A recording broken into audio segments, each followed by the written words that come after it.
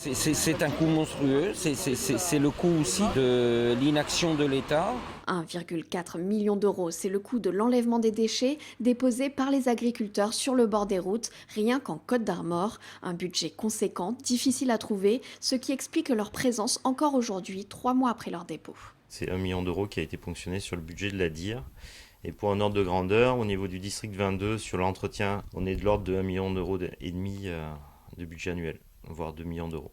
Donc c'est entre 50 et 75% du budget annuel qui est généré juste par les manifestations agricoles. Donc c'est tous les jours se poser la question des priorités.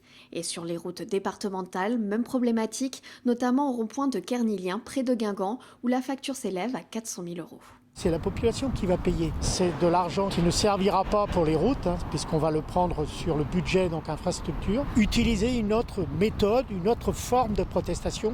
Il y en a plein. Ils bloquent les routes, ils font toute forme de manifestation, mais ne pas du tout continuer à déverser des produits, des déchets de la ferme. Sur le rond-point de Kernilien, on trouve des pneus, du bois, du plastique, mais aussi de l'amiante. Les consignes ne sont pas d'amener de l'amiante.